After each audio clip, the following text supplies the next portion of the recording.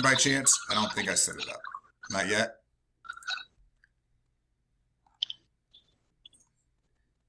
Now, yes? Yes. There it is. Okay. Still nothing? Okay, just keep them posted.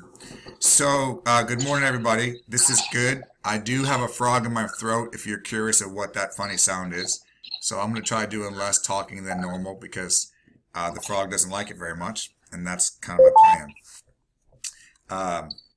So we're gonna walk through. We've got people on the phone from at least 7 states right now, all over the place. So I'm going to try to be as efficient as possible so that you guys can get back to what you're doing. We're going to walk through the same kind of game plan agenda as we have on the other calls because I think this format works well.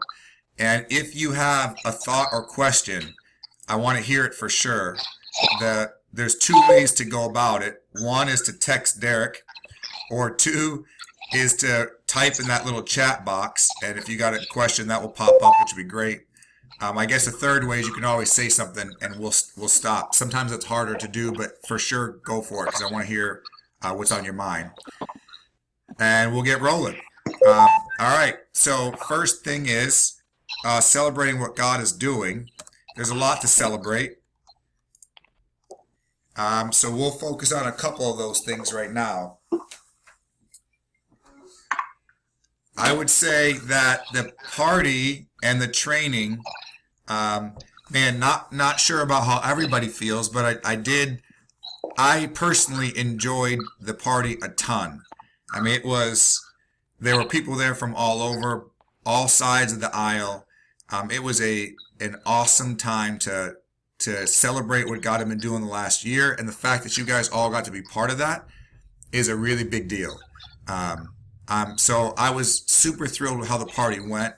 Wasn't exactly sure what to expect, but in my opinion, we should keep doing that every year. It kind of gives us a stake in the ground. And the same thing goes for the training. I mean, it was awesome to have all of you guys to engage each other. Probably was my favorite part. I feel like there was some understanding and embracing that, even though you might be alone where you are sometimes, people like Sue, for example, you're not alone. This is way bigger than any of us, and we all got to see that. And so the spirit of that training was we are united in something significant, and that was the same thing as the spirit of the party. So what I'm hopeful for is that we build on that momentum, and that you now feel more confident reaching out to each other and reaching out to Derek, reaching out to myself when things come up, as they will. If nothing else came from that time together, it's that you've got people around you who care about the same things you care about, and we are here to support each other. So I want to celebrate that. It was a big win in my opinion, and I'm excited to keep that rolling. I'm also excited to see Kristen and her baby. Are you officially back, Kristen? Have to unmute myself. I'll be back on Monday. On Monday, yes. But kind of. I'm trying to ease in here. Yeah. Now that's pretty exciting. I can say this is the first time we've had a baby on the video conference. That is the first. So that's awesome. Congratulations. Yeah. What's been the most exciting thing about the last 2 months for you being a new mom? That's a good question. I mean, all of it's been really awesome. I think just kind of seeing each new thing she does, it's super fun. It's awesome. So I don't know if there's any one thing. Good. Yeah. Well, definitely worth celebrating. We got a new baby on board. It's good. And I think the only new person on the call that I'm 100% aware of is Darren. So I'm going to pause for a moment and just say hi, Darren from Kentucky. Darren, if you want to take a minute and just kind of talk about your ministry for a second, that would be great. Sure. I'm at a place I can't talk real loud, but I'm from Orphan Care Alliance in Kentucky, and we've been in operation as unofficially since about 2005, and then became a nonprofit in 2009. And we've been operating what we call 5 different ministries across that time. And it looks like, in connection to the care portal, it's more of the level 2, level 3 kinds of things with safe families and some things with family support of families that are adopting kids, and a lot of education and support of families. And then support, we've probably helped financially with about 180 kids financially for adoption over the past years. And we continue to journey forward with kids that are aging out as well. Good. So that's the brief piece of what we're doing. Somebody's got an echo. I bet you that's you, Chris Combs. I can see it on your Yes, face.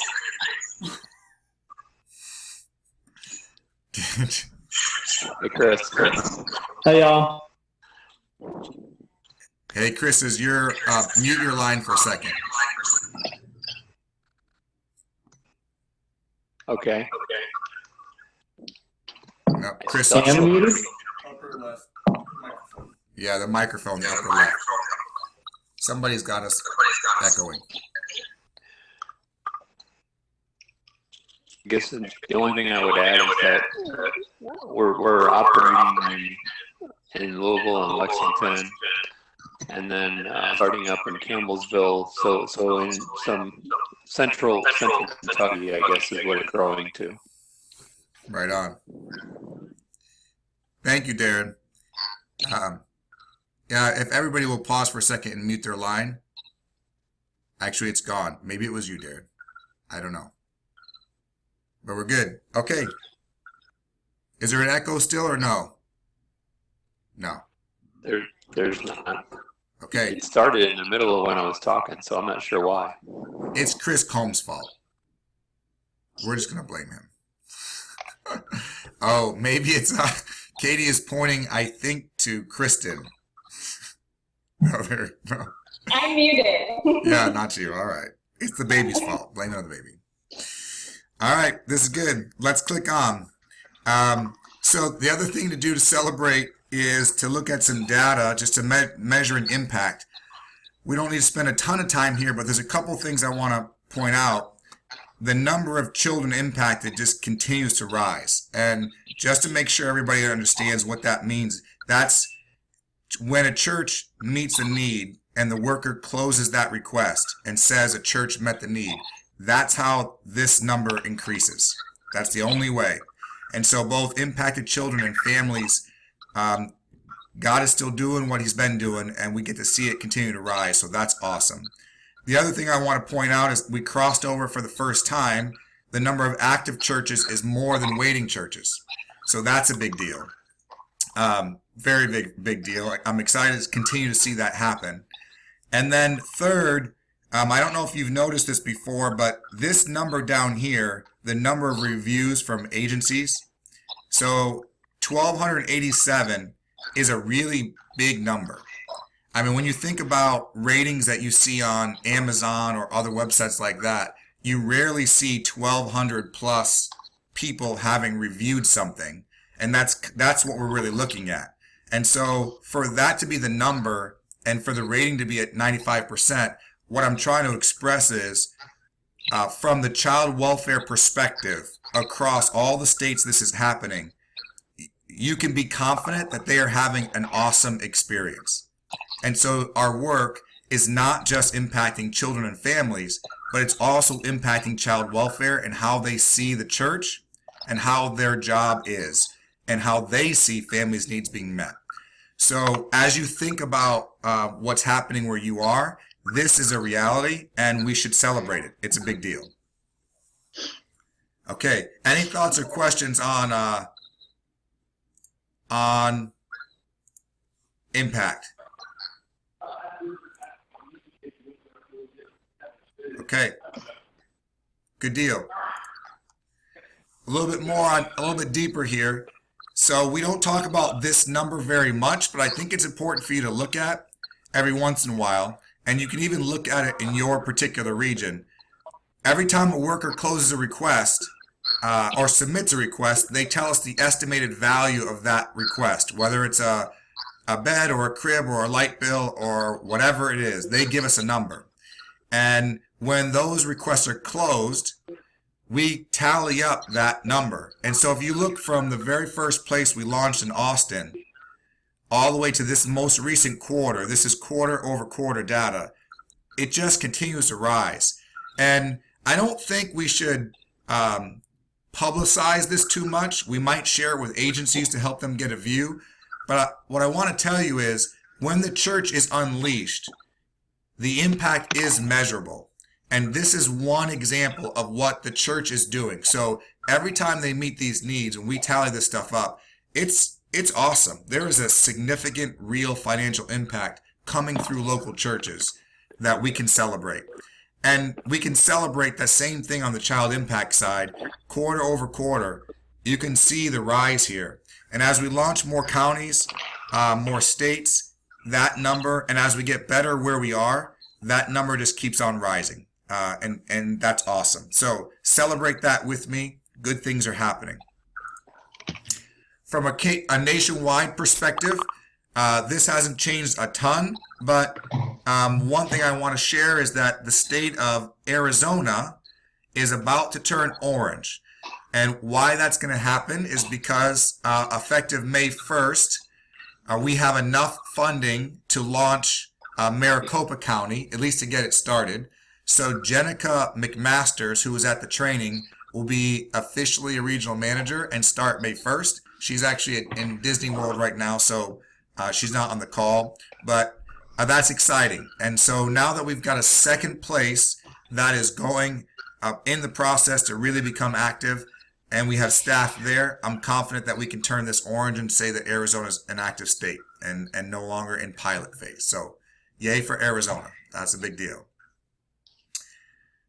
Okay, the team, this is most of you and your squad, continues to grow. I think we have 47 coordinators now and 12 regional managers. Maybe that's 13 when we add Jenica. But it's pretty exciting. And I just want you to, again, take a moment and pause and say, all right, we are part of something way bigger than ourselves. And that's awesome. That is an awesome thing. So I'm excited to see whose new face we have on Monday, or excuse me, next time we meet at the end of March, end of May. Yeah, March, April, May. That's what's coming next May. Right. Good. Cool. You want to review coordinators real quick? Yes. I'm going to do that right now.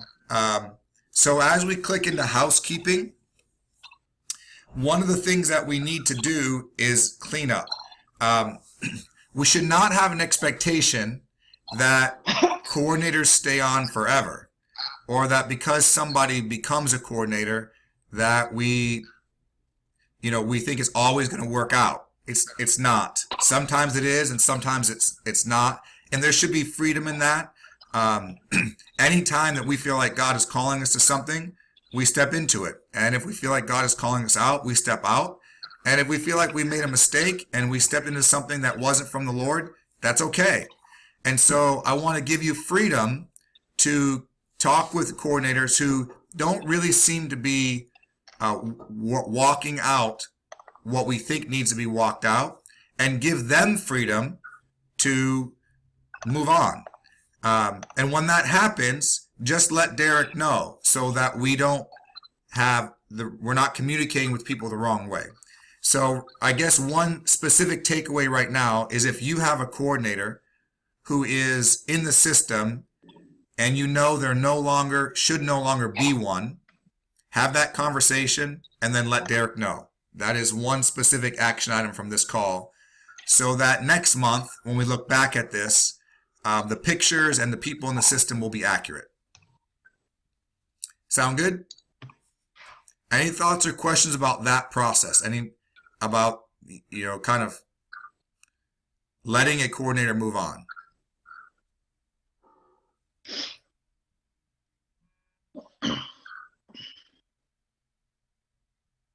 All right, good.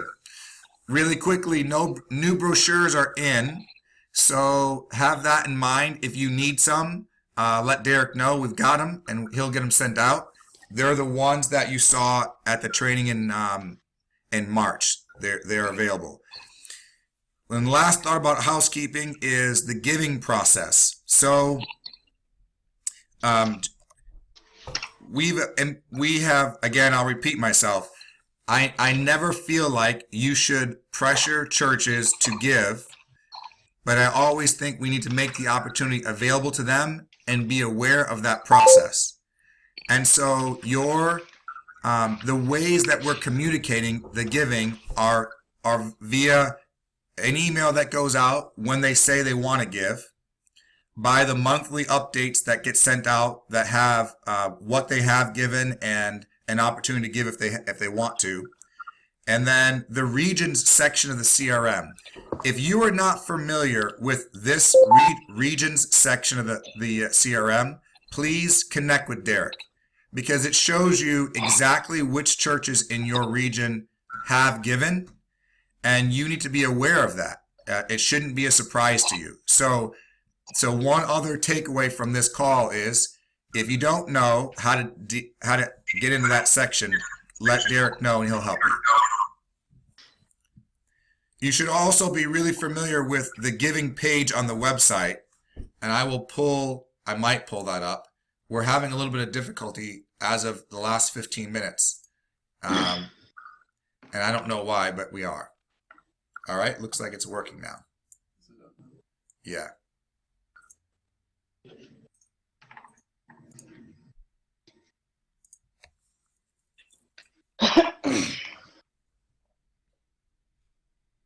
That's good.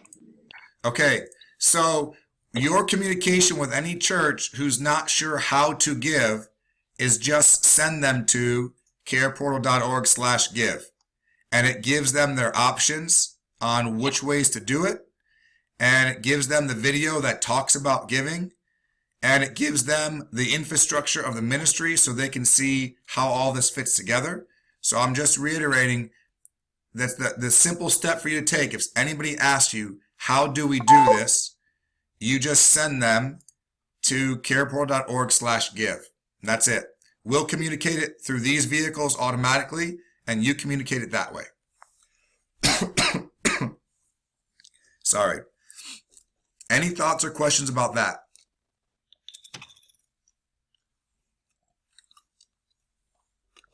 Okay, we're good. Moving on.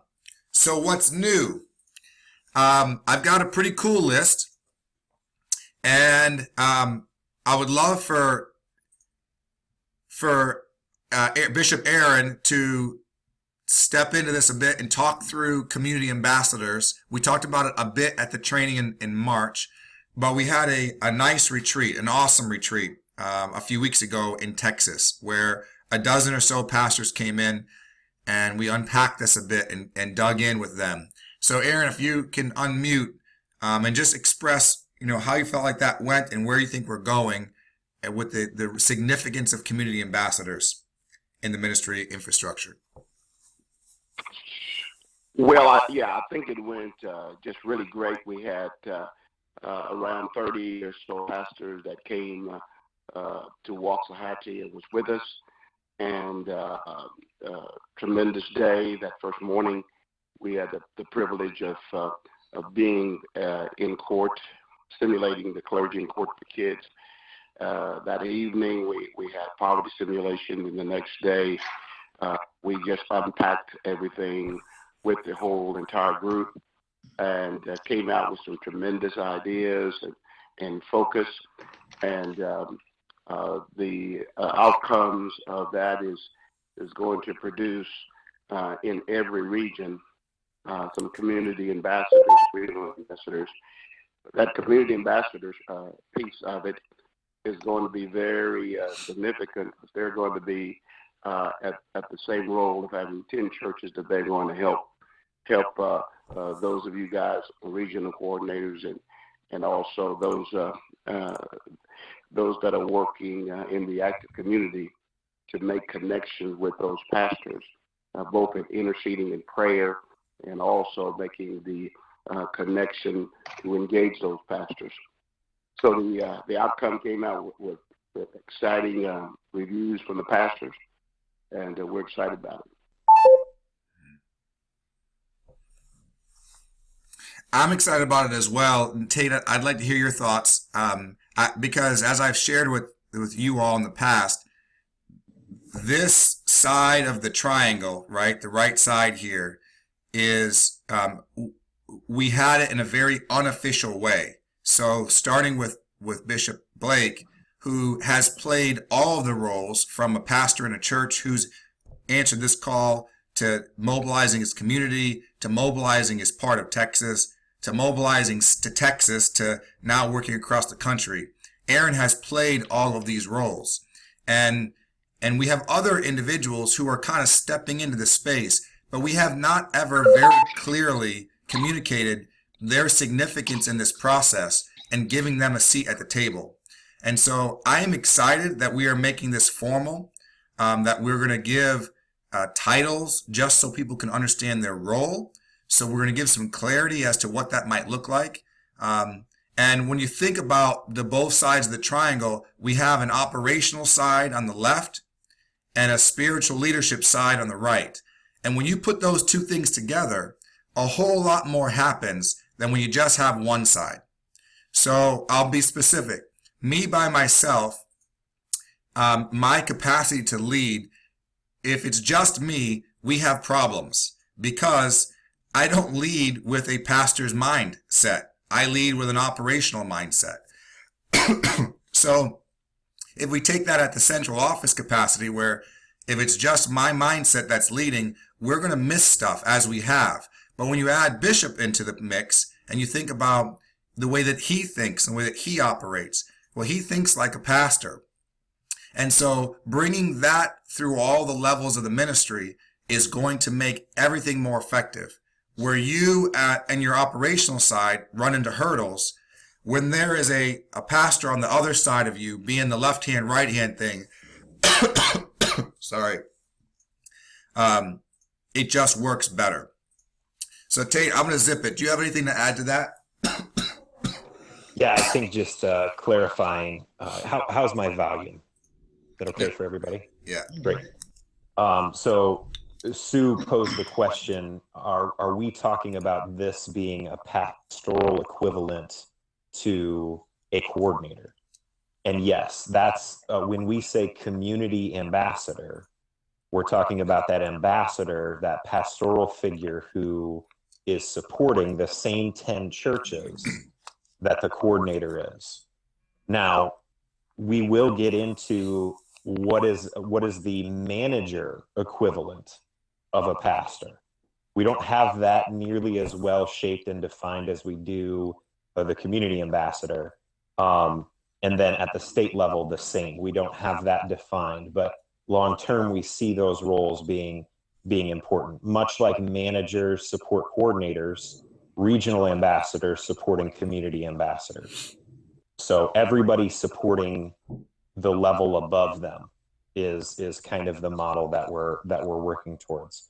Just regarding next steps, our hope is to have a role description created and an application link created. So just like what you have for coordinators, to where you can give them a one-page role description and ask them to take the next step to commit, we're going to be providing that same on-ramp for you for a community ambassador. Now, previewing this, warning you, you're going to need to pursue individuals that are going to be comfortable shaping and developing something. This is so new that, to think about coordinators a year ago, the iterations that we've gone through with them, those role descriptions changing, things of that nature. So imagine that same thing happening with these ambassadors. We're going to set up regular and consistent times with them to try to get their feedback, shape, modify their role over time, consistently over these this next year. But really what we're looking for, next steps for you, for all of us in our various capacities, is going to be to take that role description and that application link when it's ready, give it to that person in that community who's ready to support those 10 churches alongside of a coordinator, and ask them to commit for a year to this role and to help us shape it and define it. So I'll be working closely with Adrian and Aaron in writing those role descriptions. Our central office team will package it, and then you'll be given clear instructions on how to get that out to potential candidates. There were a few more questions that just came in. This is great. Thank you. So one question was, should ambassadors be pastors? The answer is yes, absolutely. From on the right side there, all those roles are pastor roles. The question was, is this a paid or volunteer position? These are volunteer roles for sure. We're starting with this level.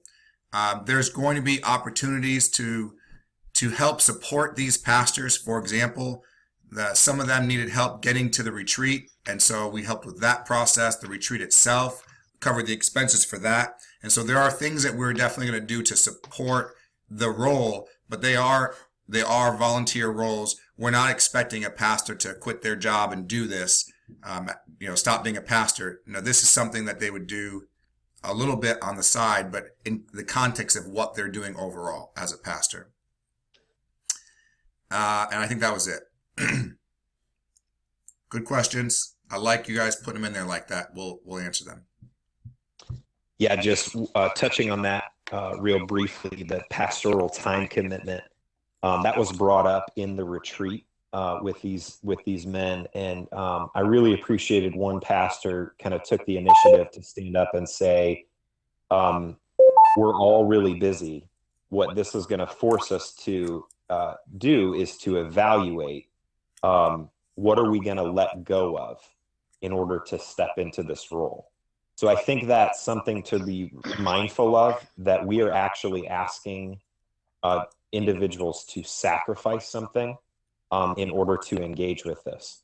Granted, it should be a manageable sacrifice of my hope is that it's probably about 3 to 5 hours of their time per week, just like it is for the coordinator. But nonetheless, we do need to frame it that way, that this should not be something they do in addition to everything else that they do, but this should be something that they are so intentional about that they will view it as, what am I going to reorganize in my schedule in order to take this on? Because I so believe, not in Care Portal, but I so believe in the church caring for the vulnerable, that I want to partner here. Thank you, Tate. Sue just asked, should we wait for the description to talk to people about this? And I think the answer is, if you have people in your mind that could potentially play this role, I think it's okay to approach them and say, we recognize that having pastors have a clear seat at the table is important, and we're being very intentional about providing that opportunity. So we're working on the specifics, but I would like you to consider, do you have a specific role to play in this space to help lead the church? And feel free to have those conversations. We have people playing these roles right now in an unofficial way. So Todd Blansett plays this role in an unofficial way, and Lee Jost plays it in an unofficial way. And there are people all throughout Texas that play this in an unofficial way. We're just trying to make it more clear and official so that it can scale and we can actually have more. Okay. Do you have time to cast the vision, or does Bishop, is this what we want to talk with someone? I think, I think what you're asking, Sue, go ahead and ask your question so I can hear your voice. Okay. What I was wondering is, what you just communicated was so well said, and I'm just wondering, I've got one pastor in mind that his church has been pretty active, and he's a foster parent himself. And anyway, I'm just wondering if, having either yourself or Bishop talk with him would be a better way. I mean, obviously I would introduce it and it could be a three-way conversation, but I just know because my husband was a pastor that pastors listen to pastors more than they listen to us. Yes. That's right. Aaron, do you want to speak into that? Well, you're absolutely right. You know, pastors do hear pastors. What's been my experience, guys, is that pastors that have either fostered or adopted, or as we say, been bit by the orphan bug, they are really waiting for opportunities. They feel so passionate about this, and they know that there's a number of children that are waiting. They know that there's a number of children that are needing homes. So they're really waiting for opportunities. And so I would say, between Adrian Tate and myself, if you have a pastor that is really that's really a candidate for that, we love to talk to him, and we would caution him that we're building this thing as we fly. The plane hasn't landed, but we'd love to talk to him. Yep.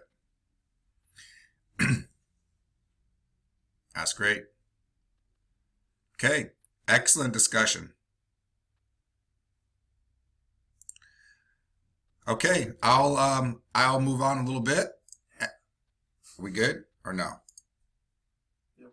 It's good. Okay. So, a couple of other new things. When I put on we talked last month about Care Portal 2.0. We talked about the fact that one of the technology providers that we built Care Portal using, told us that they no longer want to exist. And so we are replacing them. And in the process, we are rebuilding Care Portal overall. So not only are we going to have a new back end that I'm really excited about, but we're going to have a new front end that I'm really excited about too. And so I'm just giving you an update to say a couple things. One, we are making great progress. Andy and Jocelyn are doing phenomenal work to build the back end right now. And Andy and a consultant are doing some great work to rebuild the front end. So I just wanted to show you what the beginning stages of the website are going to look like when this launches in July. We'll go from the existing website, which is this, to this is the existing website, to something that looks more like this. And the short of this is we are going to make it really clean and clear on the homepage. It's going to be crisp. There'll be some very specific calls to action. You know, these are the four calls to action to go to the next step. Having people see the impact is going to be a clear call to action. But even more important than that is these three things here. So what we're recognizing is that the people that engage this ministry fall into these three different buckets. And the best thing that we can do is make it really simple for somebody to find themselves in this space where they need to go on the website. So if you're an agency, for example, if you're one of our partners, you don't need to see all the church stuff. And if you're part of a church, you don't really need to see all of our team stuff. And so the idea here is that there'll be like 3 microsites inside the website that people will be able to find themselves in appropriately. And I'm excited about that. The other thing I'm excited about is that as part of the team, there's going to be a way for you to log in, and all of the CRM stuff that you're doing now will all be on the website. So there will be no CRM when we go to 2.0. It'll all be really simple and integrated into the website. And the same thing will apply for coordinators. So we'll have the ability for coordinators to log in and have access to their active community and what's happening with them and which churches are there and so on and so on. And so this is a really huge step forward. And I will confess that it took an act of God for me to let go of my baby CRM because for the last 10 years, I've been really attached, right? It's like my kid.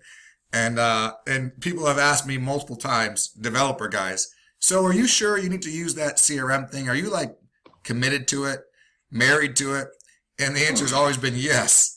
So it's taken a death in the family for me to move on. That's the bottom line here. And I'm moving on, and I'm so happy about it because this is going to be way better than what we've been doing so far. It's better for you. It'll be better for our coordinators. It'll be better for our agency. So a question just came in. Well, how about access for agency partners? That will be mostly the same. We'll have things specific for their agencies to look at. And at tier 2 and tier 3, there will be a login process for them so they can review applications and so on. At tier 1, they won't need to log in so much, but tier 2 and 3, they will. And all that will happen through the site, and all that will happen through their appropriate tab, like wherever they land. Will there be an ambassador login is the next question. I'm suspecting, and again, we're building this as we fly it, but I'm suspecting that most ambassadors will be far less on the administrative side and mostly focused on the relational side. And so they won't have that much need to log in. But if we find over time that there is need, we certainly can make that possible. There's no limitation. We could also, could we give them access under the team?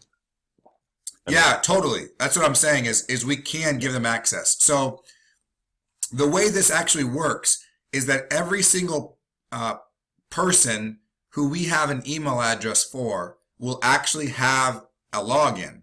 The question is, do they need it or not? So will a point person need a login? Well, maybe if we find reasons for it, if we think it'd be great for them to log in and see stuff for their church, well, we can make that happen. And if we don't find that that's necessary, then we don't have to turn that capacity on, but it'll all be available in there. Good. What's the drop-down menu for partners? It's not built yet. This literally just got to this stage yesterday. There's a whole lot more coming, but I just wanted you to see and get a feel for, all right, this is the flavor for what it's going to be like. There's much more coming to it, but it won't launch until July when the whole website launches. So we will effectively turn off the old system over a weekend and turn on the new system. That will be the process. It'll be literally night and day. Actually, maybe 2 nights and 2 days. We'll do it as fast as we can. Okay, get on that. Any other questions before I move on? Okay. The new map. All right, so the map has been, I would say, a pain in the rear, maybe. That's a good way to do it, over the last few months. And I'm sorry about that. There's a lot of reasons for why it's a pain in the rear. I will say that we worked on launching a new map the first few months of the year and got really close. And then we found out that our old thing is going to shut down. And when we found that out, we stopped the process of launching the new map. But we were close enough, and the old map was a pain in the butt. And so we finished the new map, but I just want to tell you that it's temporary. This will be until 2.0 launches, and then there will be another new map. And so I wanted you to at least have something to work from over the next few months until the next map comes out and get your feedback so that if there's certain functionality that you really want that you don't see here, let us know. So this new map is live. It's mostly functioning. Still not working. It's working on mine though. You might have a cookie thing. I only have 3 requests that show up. Yeah. If as you have questions and thoughts, throw them at us. But I'm just going to do a quick walkthrough. The first thing to know is when you load the map, just the requests come up. That's the first thing to know. So that's different. There is a drop down and you can search by the different kinds of requests. So one of the things that we got back was, hey, can we look at requests that no one's responded to and just see that? Sure. So if I click on tier 1 requests, no responses, because I want to dig in as a point person, then you should be able to sort the map by just that. Waiting for goproject.org to load. That's actually really one of our main problems, is our website, goproject.org, was not really built for this capacity. The new website will not be tied into goproject.org. It'll be on its own.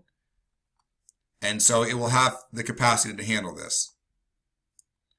So what I just did was I sorted by tier 1 requests with no responses, and this is the list. So regional managers, I would suggest spending some time digging into this and then being prepared to walk it through with your coordinators so they can kind of walk it through with their point people, just knowing that most of this will stay the same, but it will change some in July. Okay? When I click on a request, it shows up just like before, and you have the list just like before below it, and you can respond just like before. Oops.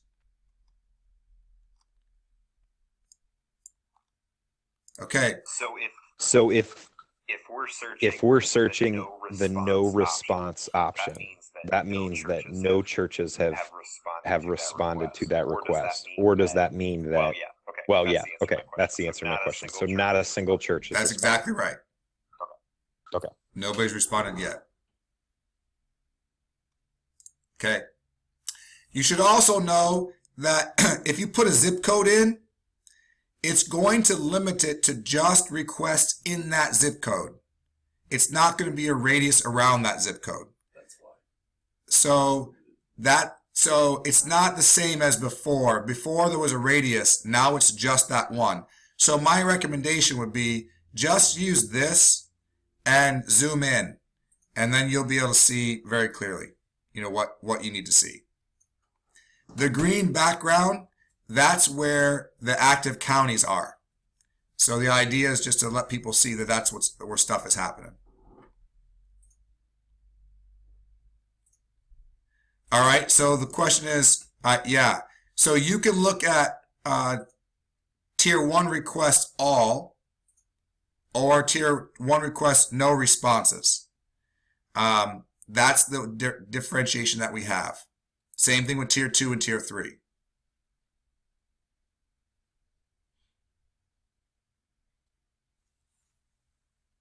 And yes, this is live right now. Somebody just asked. So I'm actually on our website.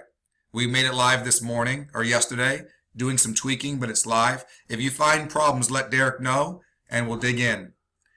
So this is the request part. There's also churches. So if you click on this over on the right-hand side, it will bring you to another view that just has churches. So they're separate now. And there's good news and bad news. The good news is it's working, right? The bad news is their active churches and waiting churches are separate. We can't put them together right now. So if you want to look at active churches, great. If you want to look at waiting churches, great. But I can't show you everything at the same time. And the non-care portal churches, not all the data is in there. So for now, I wouldn't count on that functionality. And we can't fix it with the current limitations that we have. There's too much to do. So really right now, the best thing is active and waiting. They're there. I might even actually just take down the non-care portal ones for the time being, just to not make it look like it's not working, because we can't fix it. So you've got two maps now, churches, and you can switch back using this to requests. Good? You should be working like it should be okay. If it's not, ask Derek and he'll help if you can. Final thoughts or questions? Okay, awesome. Network event calendar. So for the last 6 months or so, we've been thinking and trying to organize how we have events, things that we do, that we all do. And my original version of this was like 17 pages and really complicated. And so over the last 3 weeks or so, Tate had a great idea of how to simplify it, and we've been putting that into action. So Tate, why don't you walk through this network of events? I'm going to put it on the screen, maybe, and just unpack this for everyone. Yeah. So simplifying the calendar from the perspective of a point person was really the goal. So what's our lowest common denominator or our highest common denominator if you think about the triangle? And that's point people and pastors, that church level. So trying to help them understand, if we can make it understandable for them, then everybody else is going to be able to make it understandable. So all of these words here in this calendar are referencing the inverted triangle image that Adrian showed you earlier. And Adrian, could you, on this document, did we put the inverted triangle? No, there isn't space. Right. So just keep in mind, there's the 4 types of meetings. There's active community meetings, which the primary audience is the churches, point people, pastors if they're to attend, as well as whatever local community partners want to be there. The second type of meeting is the regional advisory team meeting. The primary audience for that is coordinators and ambassadors. That's going to be run by the regional manager and ultimately the regional ambassador. The third type of meeting is the state level meeting. So that's going to, the primary audience for that is going to be your managers and regional ambassadors when we develop them. And then that's going to be managed by the state director and the state ambassador. And then the final meeting or final level of meetings is central office or central advisory team meeting. So things that are inclusive of either the core group of advisors or the whole team, if you think about it. So for those of you who've been around for a while, we've done a couple all team things. We did one last fall. We did this most recent one in April, March, where we got everybody together. So think about 4 types of gatherings, and then think about that layered onto a calendar. So how we did it is by, and you can see over here this calendar detailed out. Sorry, I zoomed in. So obviously we've provided kind of a framework for these meetings to take place. And you'll see we've tried to limit it so that instead of there being a monthly, again, think about this from a point person's perspective. Instead of there being a monthly active community, plus if they get invited to like a regional team meeting or something of that nature, we said, well, let's just kind of cut that out. And for those months that there's regional team meetings, let's do a larger group function as opposed to the small group active community meeting plus getting the coordinators together a separate time. So big change number 1, new info number piece 1 for you guys is this idea of the months that there's going to be an active community or a regional leadership team meeting. So manager calling everybody together or manager calling coordinators together. We're not going to have an active community that month. So that's the proposal. Now, we're not making this mandatory. We're not trying to tell coordinators you can't eat with your people those months. We're just setting this out as something to provide a little bit more transparency around. what are the expectations of our team during these months?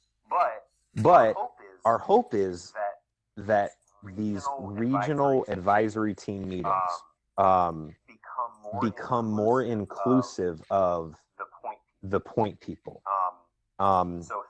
So think about a bigger meeting once a quarter, where instead of an hour and a half, you may be looking at an hour and a half with coordinators, plus an hour that you're inviting point people to at the tail end of that. Or maybe you say, we're going to do a 3-hour block on this day once a quarter, and we're going to invite everybody to, and we're going to do a point person breakout. We're going to do a pastor breakout. So they're going to be more mini, almost like a mini conference. Definitely don't want to create that expectation of like huge planning, all of that stuff, but just something mini. So first thing to be aware of, plan introduces the idea that there is the point people are going to be invited to a larger regional gathering once a quarter, as opposed to point people only coming to an active community gathering. So that's a pretty big shift. Okay. Next big shift that we're introducing is, you've heard a lot of us, or those of you who came to the all-team gathering, you heard us talk about this thing called a grid conference. Okay.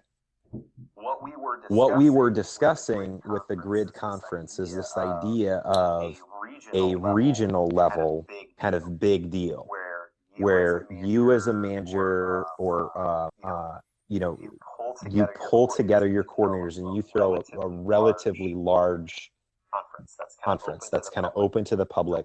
It's a once a year kind of event.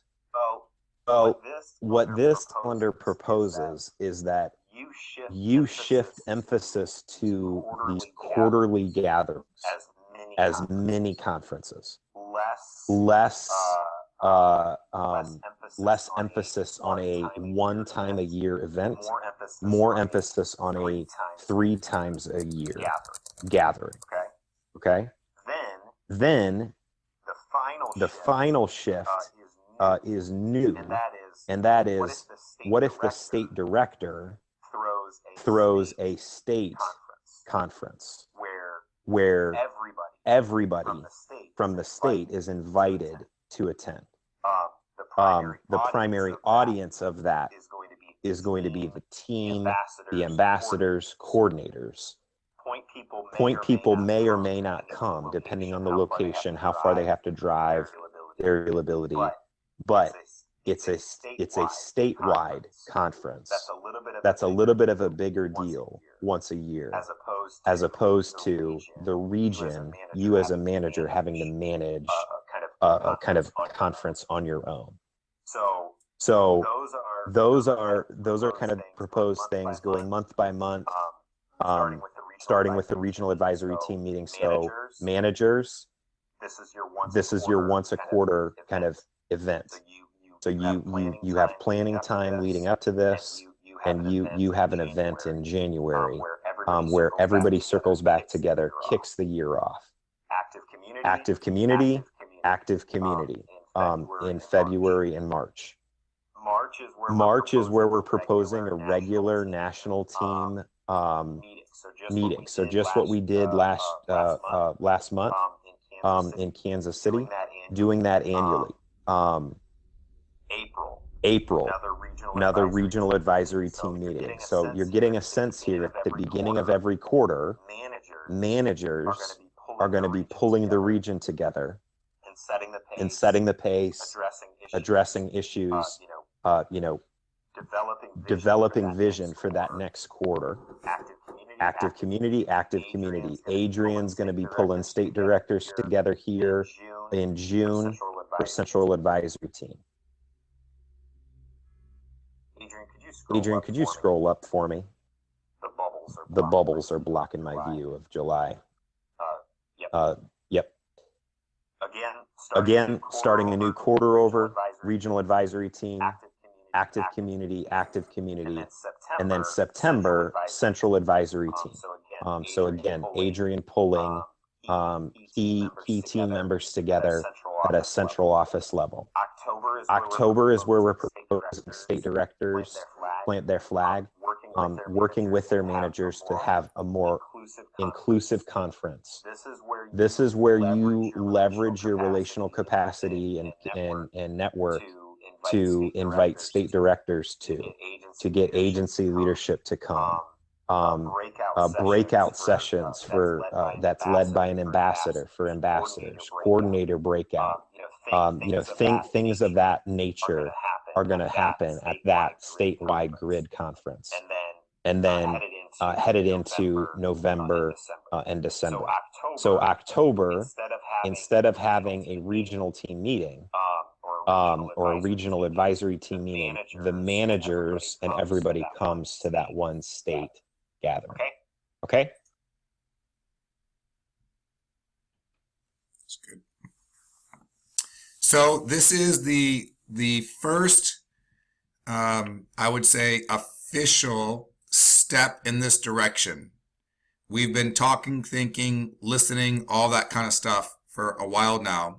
And I believe that this simple, if we can effectively implement this structure, the whole ministry will operate better. I think your point people will feel not as overwhelmed. I think your coordinators will feel not as overwhelmed. I think that the concept of being part of something bigger than themselves and collaborating and all that stuff will fall into a groove. And so that the ask here for you is to look at where we are now, we're in April, and begin to think about, all right, what's next for me? What's next for my coordinators? How do I need to prepare? So if we think about July being the regional advisory team, what are you going to do to get ready to have a regional meeting that you lead in July? That's kind of the next thing to be considering here. What's that going to look like? Where is it going to be? How am I going to get people there? Who am I going to invite? What's going to happen when we get together? All that kind of stuff, that should be on your radar. So this structure gives you a way to map out your year, and it gives everybody a way to map out their year. So first time we've looked at it, great explanation, Tate. More will come. We'll clean this document up a little bit. There's a couple things I just saw as I'm sharing it with you, and we'll get it to you so that you can go from there. But it's intended to be a very simple way to organize our efforts, the network's efforts. Touching on something real quick, I know for a few of the managers here in Kansas City, there are already significant things that have been calendared out that, as we were discussing this a few weeks back, felt to some extent competitive with this new schedule. What I don't want this to be for anybody is, oh great, I've got to drop what I've been working towards and fit everything onto this. If you've got stuff scheduled out till July and you can't get on this schedule, by then, I don't think that we're implying you got to jettison what you're working on. Just know this is going to be, something that we're going to try to implement. So when you're able to get your coordinators on the same page, get the community, point people on the same page, sooner the better, to kind of get clarity and transparency for everybody on this. Okay, good. Thoughts or questions before we click on?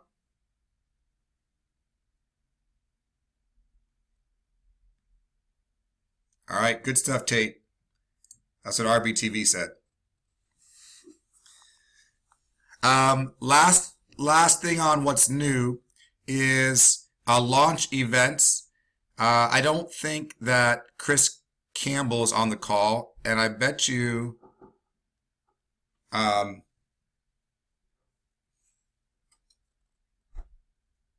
did anybody else have a launch in the last couple months?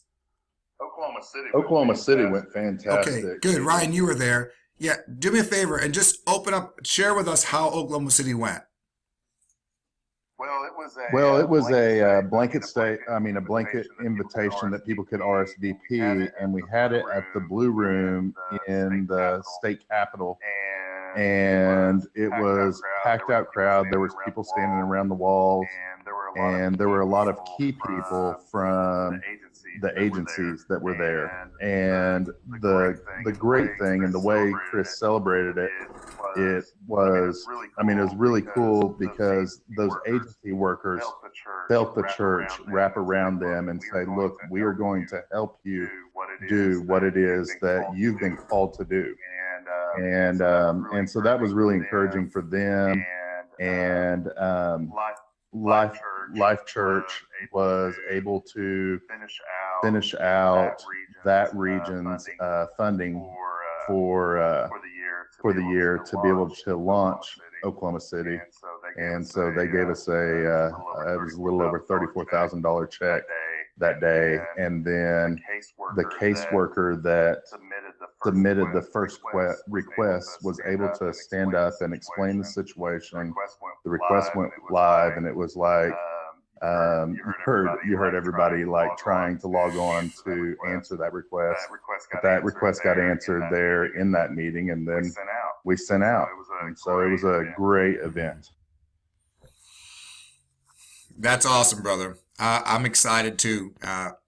Chris sent us a media release that got put out. I'm not sure who put it out, but some stuff got put in the newspaper, and a lot of that's happened in Arizona as well. Tons of media stuff. I guess one of the takeaways from this, after you've heard Ryan explain it, is there are some key rocks to making good launch events, and we keep on learning and making them better. One of them could be inviting the media and making sure that they're aware, so that this could be celebrated in the city. It's not every day that the church and the state do something together for the community, and people want to hear about it. So if you've got a community, a county that's going to launch at some point, I want to urge that for sure. Is Hallie on the call? I don't think she is, but if she is, I want to talk to her for a sec. I'm on the phone. Hallie, why don't you talk a little bit about Wichita? Wichita launched recently, right? Yes, they did. Yeah, we gathered at a church. Church has been very supportive of us, getting everything going, and we all had potluck dinner together, and it was wonderful. Just time to pray together. It was probably a smaller group than Oklahoma, but it is launched, and it's going really well. Thank goodness. Praise God. And I think that the next one that I'm aware of is in Georgia. That's June 2nd. Does anybody else have a county launching before June 2nd?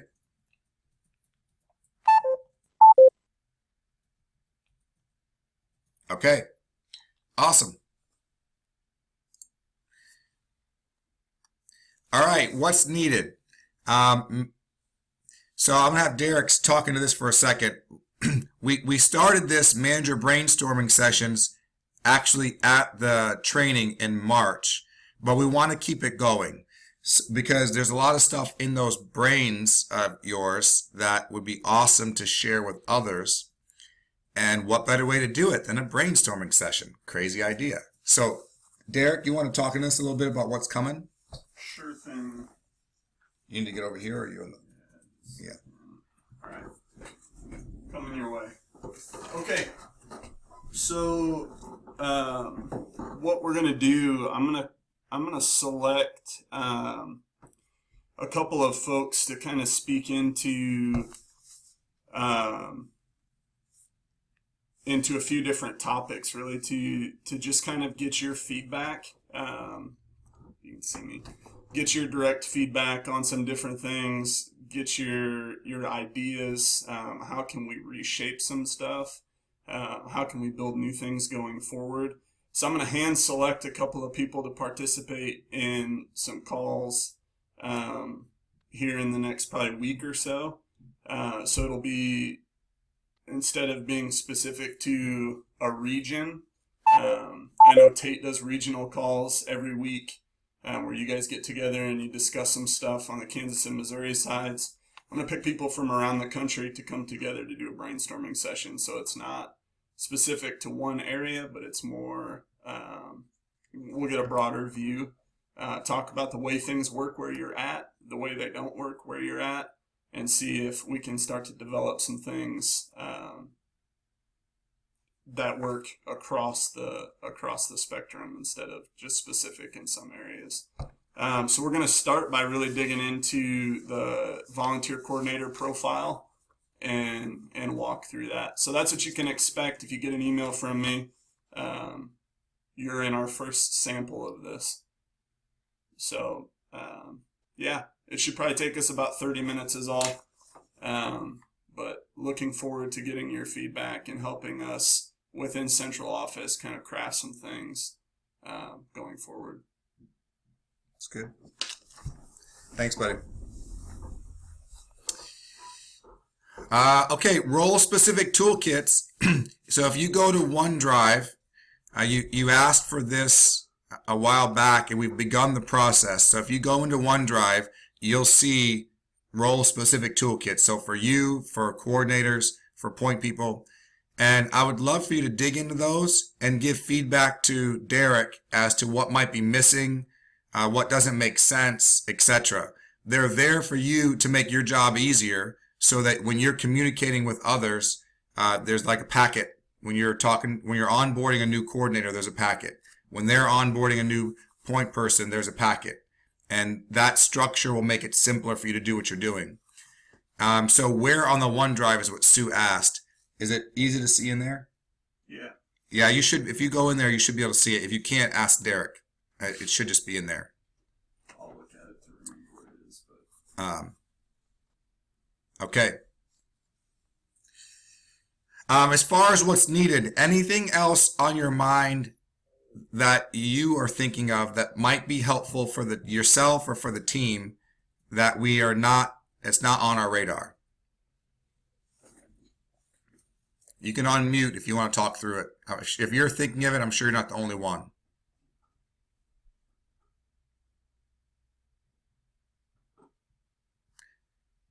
So the toolkits are in the folder called Care Portal Toolkits. get really scientific. All right, so there's one question about the app. Andy and I met with 2 companies last week. And I'm super excited about the possibilities of having an app. There's 2 ways for us to approach this. One of them is to hook up with a company that does a church app already. Their customers are churches, and make Care Portal a section of their app. So if a church is interested, they can get that app for free, and Care Portal's in it. Excuse me. Another option is to develop a Care Portal app specifically, and it'll have everything that we need it to have to make it easier to respond to requests, both as a point person and as people in a church. We've got some significant functionality that we've already thought of and that you helped with at the meeting last month. And so we're going to pursue both options and see what happens. I would be surprised if we don't have an app of some sort at some point in time, but I don't exactly know what it's going to look like. So we are working on that for sure as part of the 2.0 rollout. That'd be great. Sorry. Anything else as far as what's needed that you can think of?